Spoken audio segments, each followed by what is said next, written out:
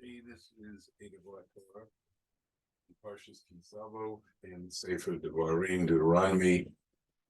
This parsha is where Moshe is preparing the Jewish people through Hashem's command to be ready to enter Eretz Israel.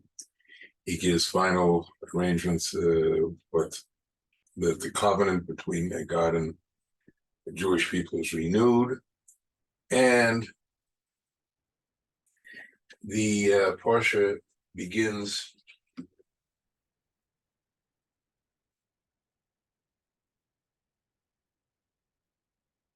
with the following announcement that when people have settled the land and they've conquered it, the surrounding nations, and have settled in the land, you shall bring a basket of his first fruit at the ground. This is traditionally on the holiday of Shavuos. And when he goes before the Kohen priest, he will go through a whole oath, which declaration, which I'll come back to later. But basically, he's praising Hashem, and Hashem then says, Moshe says, it will do it. Now, at the third year of the 7-year cycle, it's commanded that the tithe, the percentage that's dedicated, now this time will not be to the temple itself, but it will be to the Levite, the convert, the orphan, the widow, and they shall eat and be satisfied.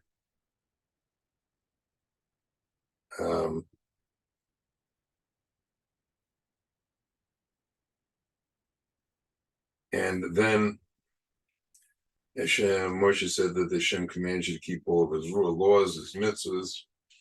And then if that happens, there will be and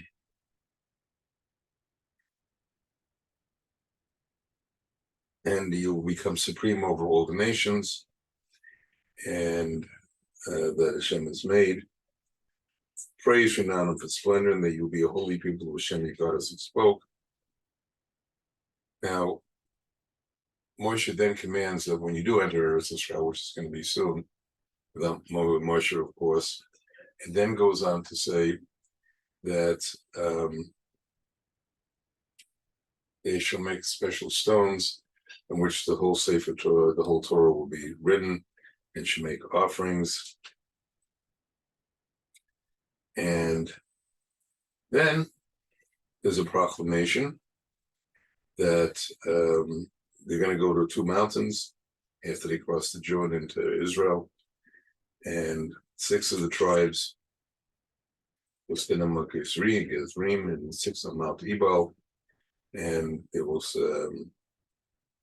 The brachas are not stated, but the curses are what happens for violation of certain rules. Among those, worshiping idols, and a number of others, completing with curses when not uphold the words of this Torah to perform them. And entire people said Amen. Hashem then gives all the blessings that are going to occur for a number of verses if we obey Hashem, keep his commandments, learn his Torah. Now that goes on 14 pasukim, 14 verses. Then for the next 50 plus verses, 54 verses, they're going to talk about all the curses and what's going to befall the people. There was one other set of these warnings and admonitions that came in Parashat Ki Savo at the end of Sefer Vayikra, and that was talking about at the time of the second exile, Babel and Persia. This one is talking more about the times of the Roman Empire, the exile effect, which we are in to this day, even as we're gradually coming back to the land. And at the end, it says, Ele devivrei brit asher tzivah Hashem et Moshe lekaret et bnei Yisrael ba'eretz Moav levad Abrit Asher Koras Itam B'chorev. These are the words of the covenant that Hashem commanded Moses to seal with the children of Israel. Besides the covenant that he sealed with them at Horeb, it was going to be a new one.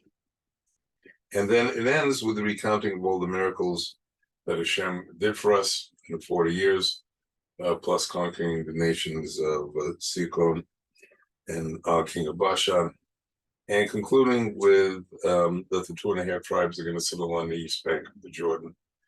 And that is the completion of the Parashat.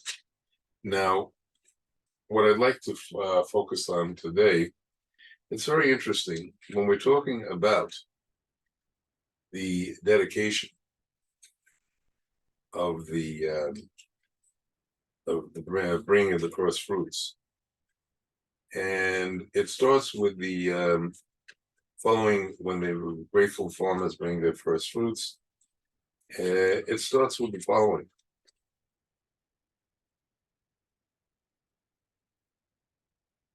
And it says, then you should come before God and say, Anyanin Amrata, Mifnei Hashem Elokecha, Ami Oved, there, Avi Yered, Yered, Avi Yered Mitzrayim, V'yagar Sham Metzei Ma'at, Who shall Sham Goy Gadol Atzom Rav. It starts off, then you shall call out before Hashem your God and our man, which is Lavan, tried to destroy my forefather, that was Rivka's brother. He descended to Egypt and he sojourned there, meaning Yaakov, few in number, then he became a nation strong and great. And it talks about how the Egyptians, it goes on, that it afflicted us. And then Shalom Hashem to us with a great outstretched arm with awesome signs. And he's bringing us to the land of Israel, the land of Love and Devash. And you shall pray to Hashem there, you should rejoice with him. Now the question is, what I'd like to address is, why of all the enemies that the Jewish people had, why is this singled out? Why is Laban, the Aramean, we don't even mention his name, singled out here, when there were many other enemies, even at that time, Amalek, Esav, Yaakov's brother, who's giving us problems when the exile of Esau and Rome right now. Why do we go on to, why do we only talk about Lavan? Now, to fully understand this, Lavan had such a significant impact, as I'm going to illustrate, that it changed the entire course of history of Yaakov and his family, by implication, the entire Bnei Israel down to this day. Now, what was the first thing Lavan did? Yaakov pledged to marry Rachel, and he worked 7 years for her. And what did Laban do? He switched brides and gave him Leah instead. And Leah and Rachel, not wanting to betray his her sister, and also realizing that certain of the tribes, Yaakov's sons, had to come through Leah, she made it possible for Leah to make it through that first night, gave the signals that Rachel and Yaakov had arranged to make sure there'd be no switch. In any event, Yaakov believed that first night he was with Rachel when he was actually with Leah. Now, when the conception of a child can have a significant impact on this child. Now, Yaakov said he's my first card, my first power. And he's going to say later, and he says in Sefer Bereshis. But the question that remains here is, what did it do? Because of that, even though Reuven should have been leader, should have been achieved many things. As Yaakov later said, he became unstable. He was unstable like water, which is going to have implications I'll discuss later.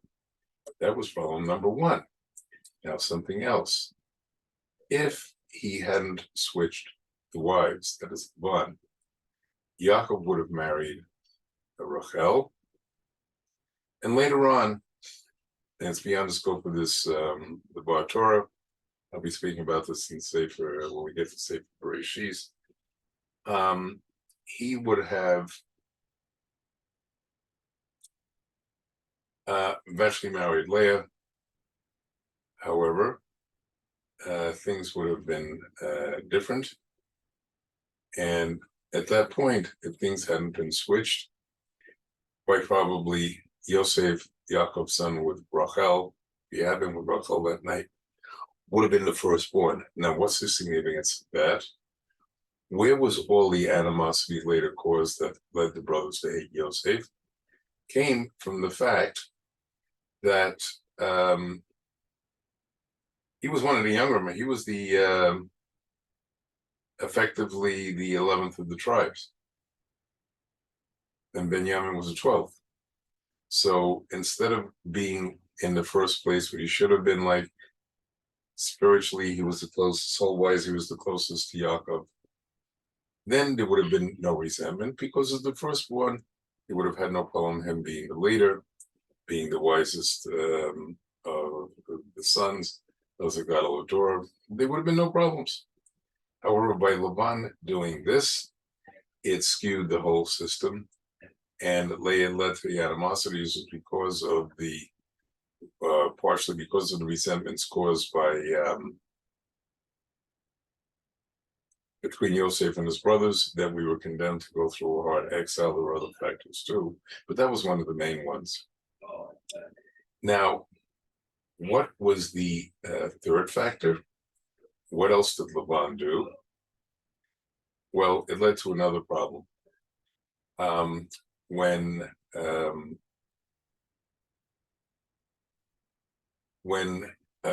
Rachel died, giving birth to Benjamin, what they wanted to do then is Reuven was expecting Yaakov to move his bed into Leah's tent.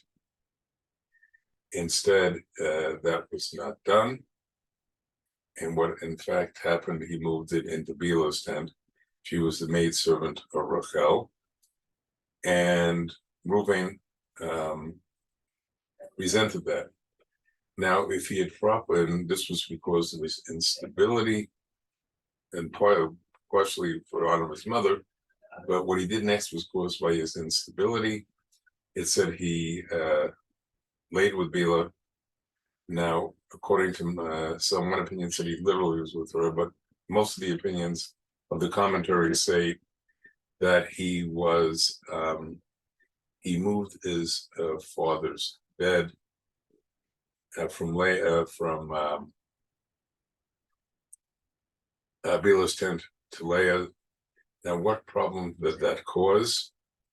Well, as we see in chapter 50 of Bereshis, he did not move the bed. It wasn't Yaakov's literal bed. It was the bed, he said, of whom upon he rest was desecrated. That is referring to, that was referring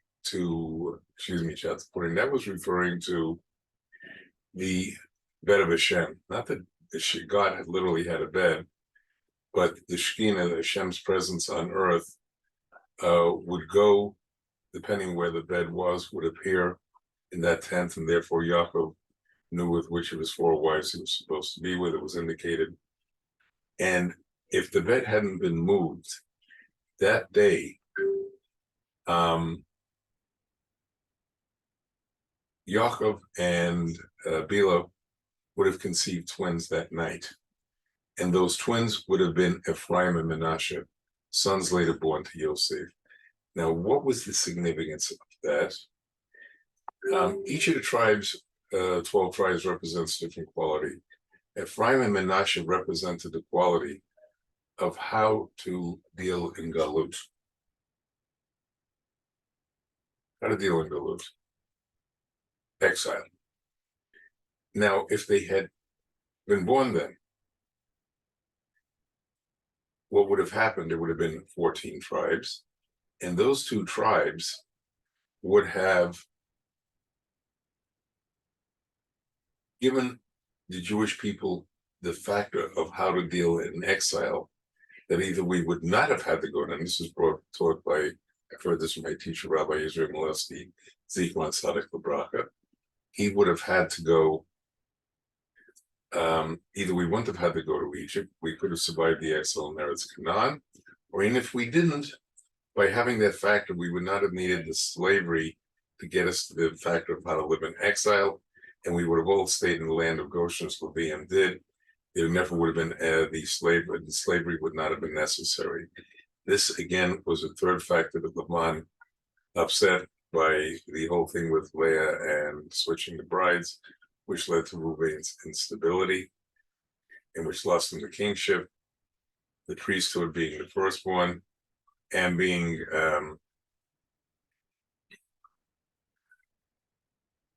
kingship and being the most wise person in the generation, leader. Now, even there, Lavan wasn't finished. He created one additional problem, at least according to Midrash Sutta. When Yaakov was finally going back to Eretz Israel, in Parshas Vayishlach, he going to have a confrontation with Esau. Now, according to the source, Lavan was the cause of that.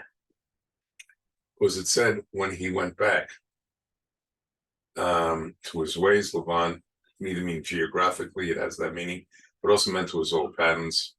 He sent a letter to Esau saying, you know that good-for-nothing brother of yours who stole your birthright?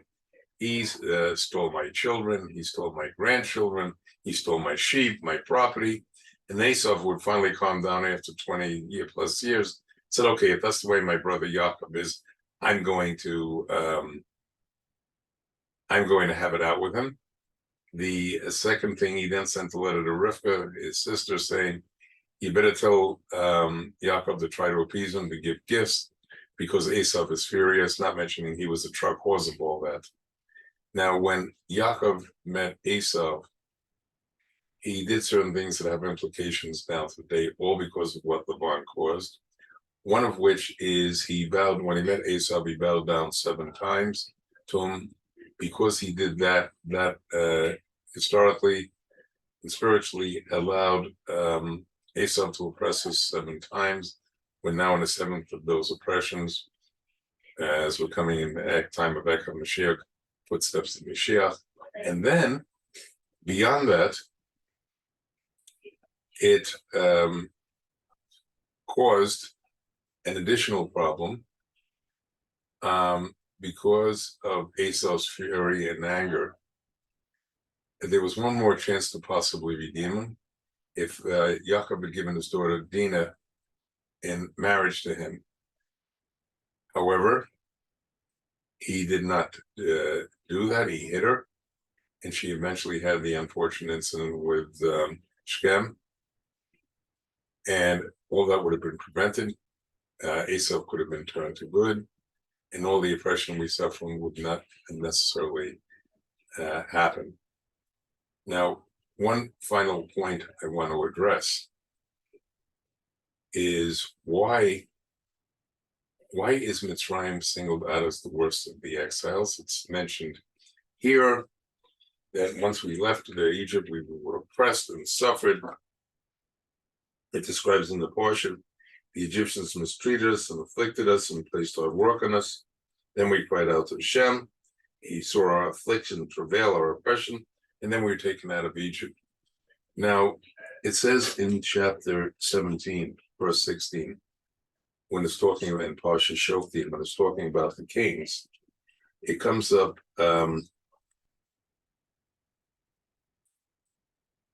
it says 3 things kings will want a king, and there's 3 things that kings are not allowed to do. one of those things that kings are not allowed to do is, it says, Rak lo yerbeh lo susim, says, and you shall not multiply horses, and lo ashiv et ha'am, Mitzrayim l'man rabos sus, v'shem amar lechem, lo tisum ashuv b'derek zeh od. So that he will not return to Egypt in order to increase sources. Hashem said to you, you should no longer return on this road again. And the primary place of horses in those days was Egypt, for the source of all the good horses. And on top of that, it says in our parsha, when it's going through all of the curses and revenge and all the things that are going to happen to us, it says at the end that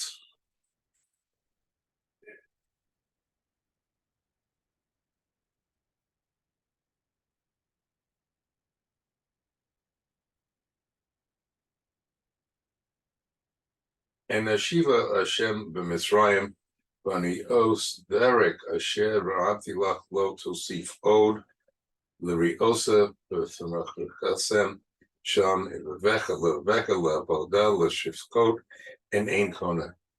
And when after the destruction of the temple and the Jews were exiled out of by the Romans, it says Hashem will return you in Egypt in ships on the way which I said to you, you shall never see it, again see it.